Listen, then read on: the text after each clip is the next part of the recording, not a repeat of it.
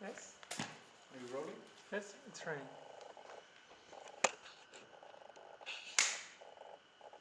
Yes, Mr. Director General, thank you very much for taking time at such a bad moment. I realize that it is not really the best moment to come to you, but nevertheless, I have to do it now because otherwise the movie would be without your participation, and that I would don't like. I have been here in 2005. I have met Mr. Supachai, interviewed Mrs. Supachai. I've been here 6 years later. I have Mrs. Dalami and so on.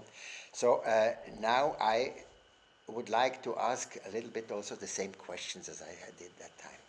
At that time, globalization was clearly disputed in everywhere, and every critic said, this is for the rich become richer, and the poor become poor. Is that still true? No, absolutely not. I think that it would be well acknowledged that globalization and the multilateral trading system within it has lifted 1 billion people or more out of poverty.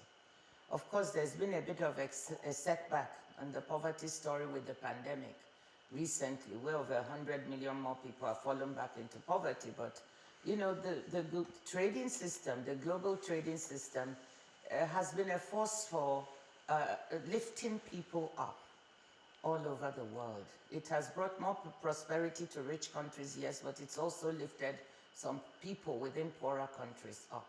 Now, that does not mean that it's not, that it's perfect. It's not.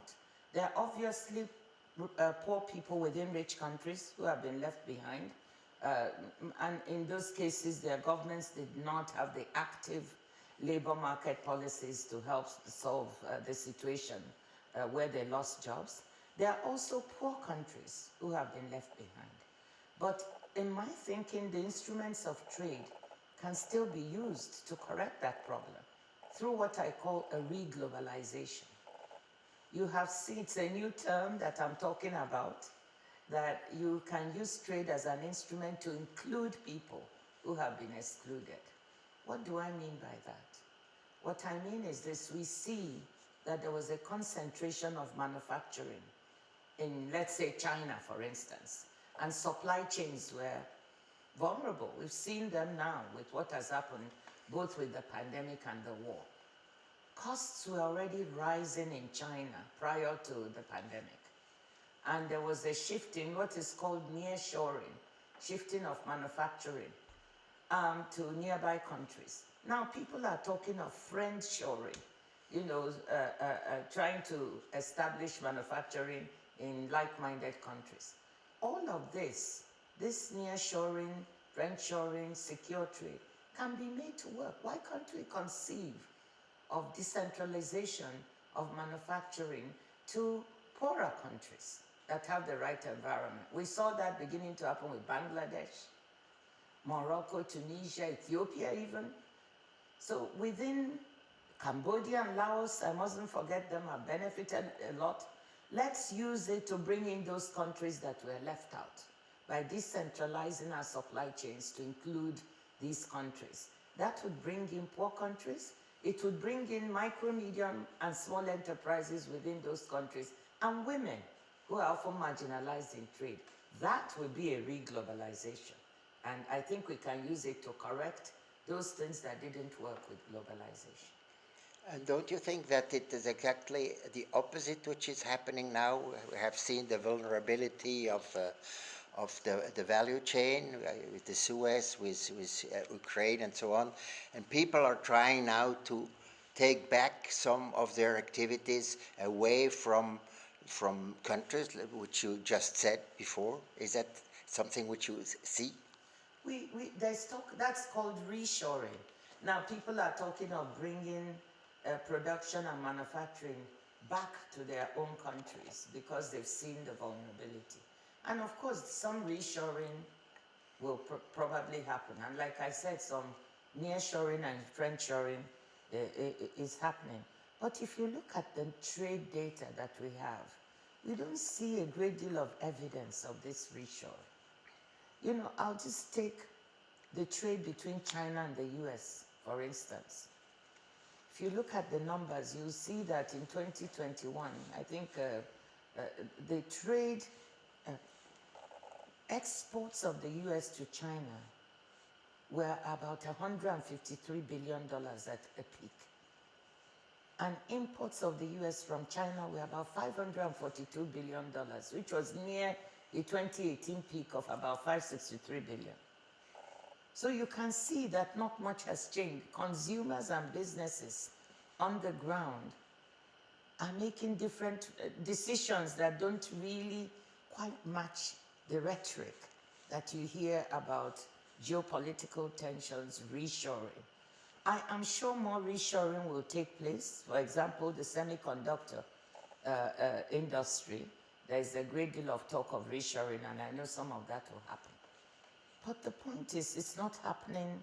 Our data does not show it happening at that speed which people are thinking. I think what's happening is that businesses are trying to see new ways of managing risks by diversifying their production and their manufacturing.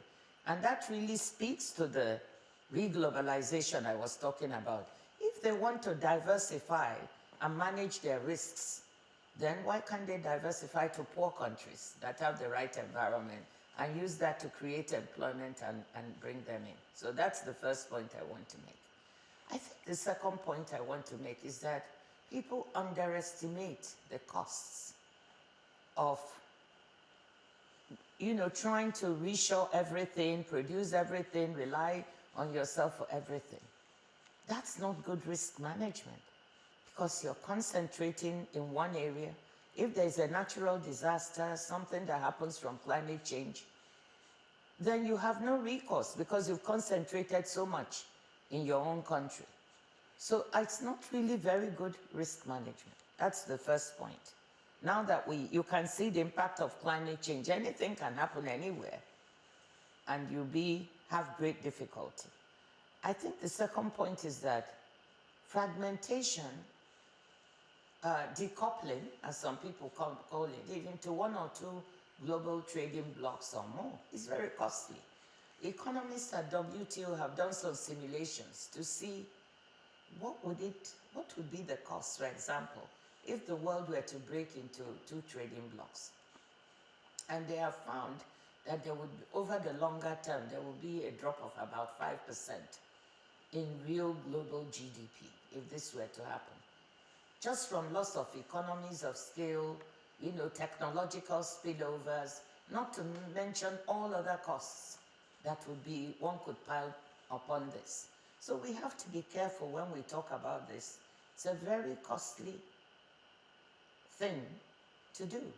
We have built up the multilateral trading system over 75 years.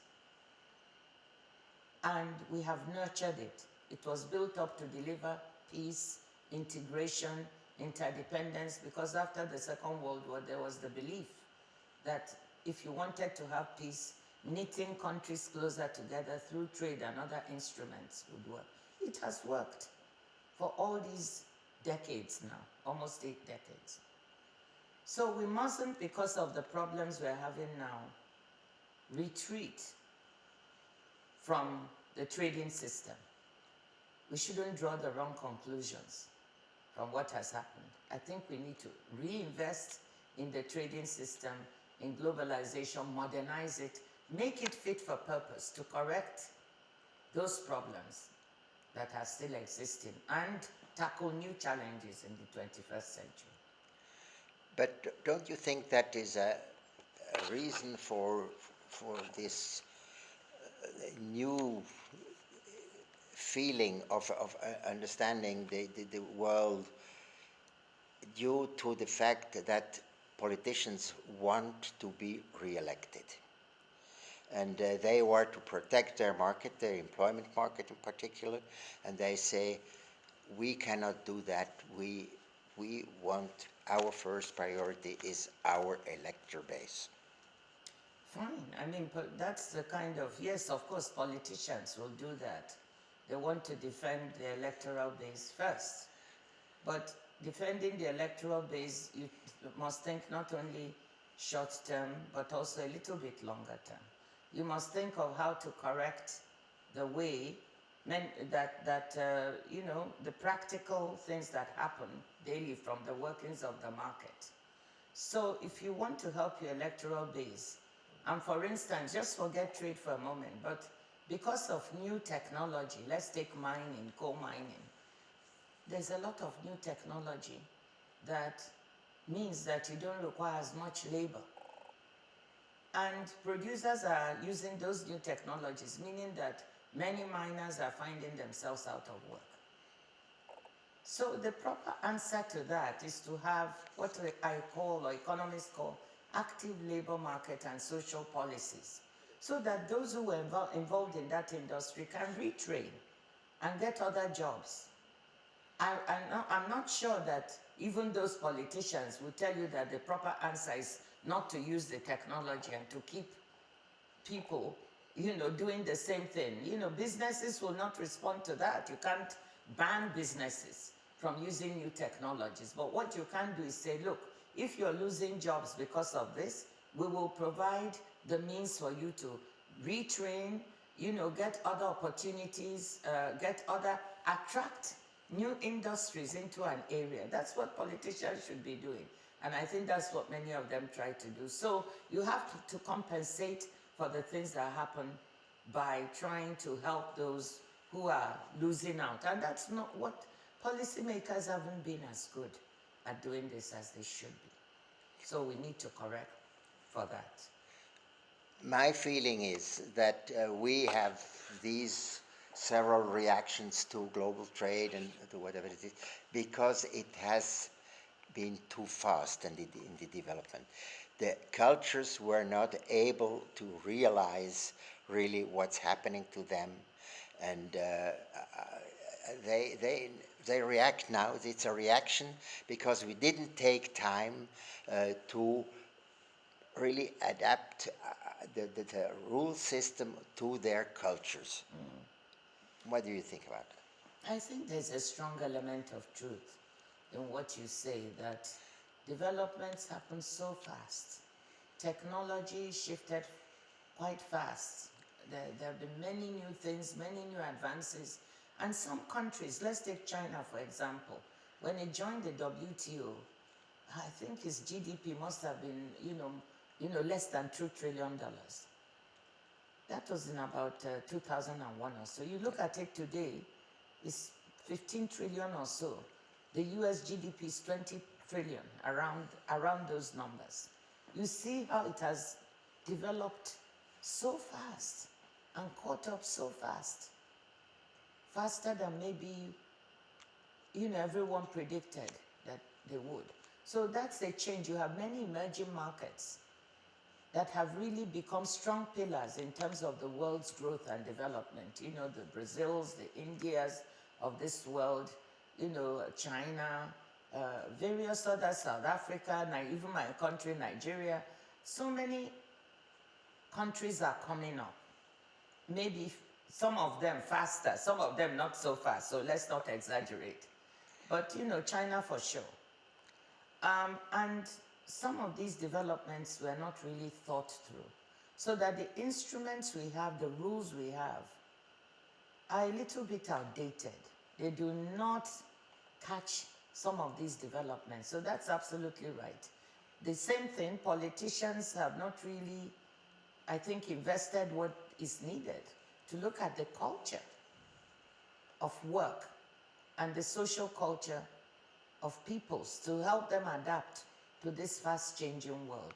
We need to do that. We need to look at how dislocative some of these changes are, and we need we cannot stop the changes. Much as we would want, I don't think anybody is going to block the advance of technology. It's just not going to happen. I don't even think you can block globalization. You might be a little bit at the edge, as I said, able to bring some industries home and do a few things. But you can't stop these things from happening because they are phenomena that have taken hold. But we need to look carefully at who are the winners and losers. We should not just assume that they are good for everybody. and therefore we don't need to do anything. That's not right. So I think where the world and policymakers have been weak is in not looking carefully at who is winning, who is losing, in assuming that the market forces would also take care of those problems. People who lose out of jobs in one area are presumed to migrate to another area where there are jobs, but sometimes they don't. For cultural reasons, they want to stay in their village where they were born, be they in Germany or Finland or Nigeria or Ghana or whatever. They want to stay. This is their ancestral home. So they may not just move. You have to correct for those things. You can't assume they'll get up and move to where the jobs are. But we have not been good, when I say we, I mean policymakers, at looking at those cultural factors, those social factors, the ties that bind, and saying, okay, we need to take this into account in crafting the kinds of policies that would support people. And I want to say one thing. That's one of the reasons why I'm passionate about the WTO, because if you read the agreement that set up the WTO, the Marrakesh Agreement, in the preamble, it says that the WTO's purpose is about helping enhance people's living standards, about helping to create employment and support sustainable development. It has people at its center. So it's really about people, but people have forgotten that the WTO and trade is about people. We need to bring that back. We need to recognize that trade can help people where it's not catching everybody or every country, and we have to then use the same trade instrument to correct this, and it can be done. But don't you think that exactly these consciousness of the cultures of all the countries are to some extent responsible for the questioning of the sanction system of WTO? I'm not sure when you talk about the sanction system, the rules of the WTO Yes, are meant to make trade predictable, level and fair for everybody. It's not a sanction system. Of course, now we are talking of sanctions for Russia, where members have decided we are going to levy more tariffs on Russia than would normally be called for by WTO rules. So that is trade being used as an instrument, weaponized, if you will. That's not really what the WTO is about. So we should not try to confuse the two. The WTO rules are to make trade stable, predictable, and fair so that everyone can be served fairly. And the world still needs that. So contrary to what people think, trade is really about trying to level the playing. WTO rules are trying to level the playing field of trade for everyone. And I think you still need that. Yeah, I just my first movie was called Steel War, and there was the question of steel in the protectionism of the Bush administration in the States and so on, and they came at the panel and so on, they were sanctioned, etc. This is what I mean. Oh, what you're talking about is the remedy, but you're talking about the essence of the WTO. The rules say that if a member does not play by the rules, is not transparent, is not fair, is subsidizing a product and dumping it on the markets of others, which in a way is a kind of way of cheating in trade, they should be sanctioned and there should be remedies for that. Because the multilateral trading system and the WTO rules are supposed to make it fair. So if you don't play by the rules, yes, then a member has the right to say, you can't come to my country and dump goods to undercut my own ability to produce. Therefore, I have trade remedies, anti-dumping measures, countervailing measures that I can levy on you. Those are the correct sanctions. If you want to call them sanctions, we call them trade remedies. Okay. You just mentioned the term fair trade. Is that something? Free trade, that I think we can have rules about it. Fair trade, can we have rules for that? Why not? Fair trade means trying to get a system in which the poor people who produce are not taken advantage of. That, you don't pay them very derisory amounts, and then the middle men and women just pile on and other people benefit from their labor. Um, why not? We should compensate people appropriately for their labor and for what they produce. And so those who are involved in this trade should be fair to those they are buying from. You know, you shouldn't try to cheat and pay the people who are producing so little to compensate them. It should be fair. If you're making a huge lot of profits, you can afford to pay those who are actually making the production more. But fair is a term which everybody is interpreting in a different way. We have been in the Rust Belt in the States now, and they say it's unfair. It's unfair what's happening with China and so on. That's their view.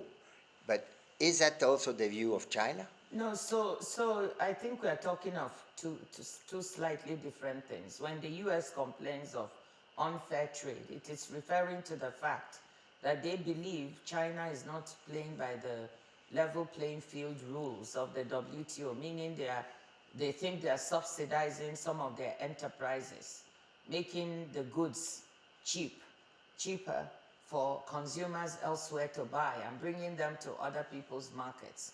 And they feel this is not fair, that this is unfair competition. You know, so those kinds of things, if they're happening in any country, I'm not against the WTO rules. I think that's what they're talking about. So, you know, you need to, if accusations are being made, you need to get the facts to make sure of find what is happening, because there are rules to tackle that. And I spoke to that before. If a country is behaving unfairly, then there are rules for that, and there are remedies that other countries can take. So yes, WTO rules about fair, if that is what you mean by fair trade, I was interpreting it differently, because there's a whole set of people who are doing what they call fair trade, trying to compensate people properly. But in terms of the WTO's fair trade rules for trading fairly, yes, you should play according to the rules, and if you're not, there are remedies against that. Now, each member that is making accusations, they have to be made on the basis of evidence and fact of what is being done. It's only when you get the facts that you can take action. So at WTO, we're looking at all these you know, accusations of unfair practices. We have actually just completed the first phase of a study on subsidies. We joined with the OECD, the IMF, and the World Bank to do this study, to look at all these issues about unfair subsidies across the world, not just for industry, but also for agriculture. And sometimes the numbers are enormous. But once we get the facts on the ground, we have a lot of numbers for agricultural subsidies, not so good for industrial subsidies. There are many gaps. So we are going to work. The 4 institutions, this is an unprecedented collaboration. Once we've got the facts, then we will know where to go. We'll know whether really are there some unfair practices happening with those industrial subsidies. Where is it happening? How is it? What's the extent? And that will dictate a little bit the action we take. A last question, if I may. Is WTO in a crisis? Is world trade in a crisis? Or is globalization in a crisis? Let me put it this way. Even before the pandemic and the war, as I said, there had been a lot of talk of deglobalization, quite a bit of dissatisfaction with the way globalization was taking place. And because of what I told you, that some people are being left behind. So that has been going on before. Calling that a crisis has been going on for some time.